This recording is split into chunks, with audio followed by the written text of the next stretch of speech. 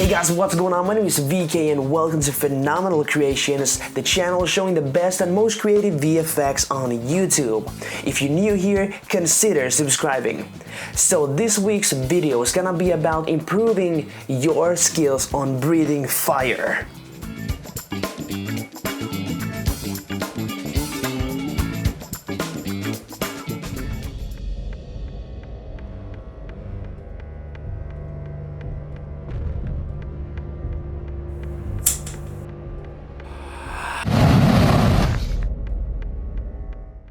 Hey guys, welcome inside Adobe After Effects CC. So let's, for the sake of this video, just skip all the chit chat and let's go ahead and do this amazing tutorial. So if you want to use my footage, go ahead to the description, download my footage if you want it. And this effect is pretty simple to do. It's basically just an overlay tutorial. We're putting fire elements and color correct it to suit our needs and everything that cool things. But we're going to blend practical effects with visual. So to break it down with the clip, I was actually doing the fire flickering effect in camera, so no post process there. So how I did it was ask my brother to take one of my LED lights and play with a dimmer with an orange gel to really get that organic fiery feel. So then we have the practical, and when we put the visual fire elements on it, it will look pretty dope. Alright, so depending on how you shoot your footage, or if you use mine, you might have to manipulate the timing of your video in post.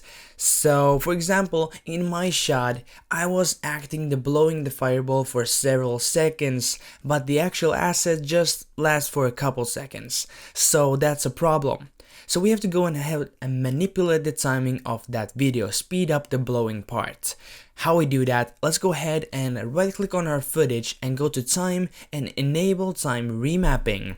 What that does is to automatically create two keyframes in the beginning and the end. And that's just demonstrating the timing of our video. Then let's go ahead and move to the points of the video where I start to blow and where I end to blow and put individual keyframes over there using the keyframe button in the left. And once we have done that, we just go ahead and select the two last keyframes and drag them closer to the two first ones to speed up the blowing part. And then when the blowing is over, then it will go back to the organic normal speed. So it doesn't just look like we have speeded up the whole clip, just the part we need to speed up. The next thing to do is to implement our fire elements. I'm using ActionVFX.com fire assets and they're pretty awesome, but they cost money. But hey, for the sake of this tutorial, they are awesome enough to give you guys one away for free for the sake of this tutorial and learning. So head over to the description, click on the download link and go ahead and get yourself some pretty cool fire elements from ActionVFX.com. And hey, once you got time, check out what they have. They got some pretty cool stuff on their website. So once we have the fire elements inside After Effects, let's go ahead and put it on our clip. Let's position it and scale it so it fits our needs. You might have to play with the scale and the position differently from mine, but if you use my footage, this is one way to put it. So we have the scale on 68% and position it in front of the mouth. Now it's time to manipulate the timing of the fire elements itself. So let's go ahead and right click on the fire element, go to time and time stretch. This will manipulate the timing throughout the whole clip. So we're gonna put it to 150%. So we're gonna slow it down 50% to really give that organic feel, and I found it to match the best with our scene as well. And once we have that and look at a preview and it looks pretty good, let's go ahead and duplicate the whole fire element. So let's use the Command D or Control D, depending on if you're Mac or PC, to go ahead and duplicate that fire element.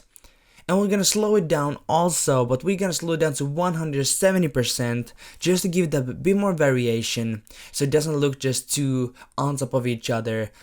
Fire elements, it will give a bit more depth and it will make it look a bit interesting. Alright, now it's time to pre-comp the fire elements. So pre-comp them, give it a suitable name, and after that let's go ahead and drop a curves adjustment layer on to our fires. And let's play with the alpha curves just to give it a bit more depth. We're gonna bump it up just a little bit to make the fires look a bit more fuller and glowier. Then let's go ahead and add a stylized glow effect from the effects and presets panel. And then what we're going to do is to attack some values. So let's hit the radius up to 500 or such, a very big value to really make it pop. And then the threshold down to 20-ish. The intensity to 1.0 to 1.1 depending on how your scene looks. And then for the coloring, let's not use the original colors, let's use A and B colors so we can decide for ourselves what the coloring for the glow is. Let's use the color picker and pick some warm tone from the fire itself to really give that warm look. Once we have the coloring done right, it's time to add some heat distortion. So how to do that is to right click and create a solid. You can use Command Y, Control Y, or there's several ways to create a solid. Let's pre-comp the solid and name it, for example, heat distortion or what you want. And then let's go ahead and open that pre-comp, and then let's go ahead and add some effects. So we're going to add the fractal noise. So find from effects and presets, fractal noise effect, and put it on top the solid. It will look a bit special, but let's make it look cool. So let's first type the time to swirly, and then let's choose spline. And then let's go ahead and add some values. So the first one to 250, then to -150, and then complexity to 6.0. So this looks pretty interesting, but it doesn't move like distortion should. So we have to go and make a change in that. You can find a bit down below, you can see the evolution panel. So let's go ahead and alt click on the stopwatch to add an expression. And add this expression time, little star of what is called 200.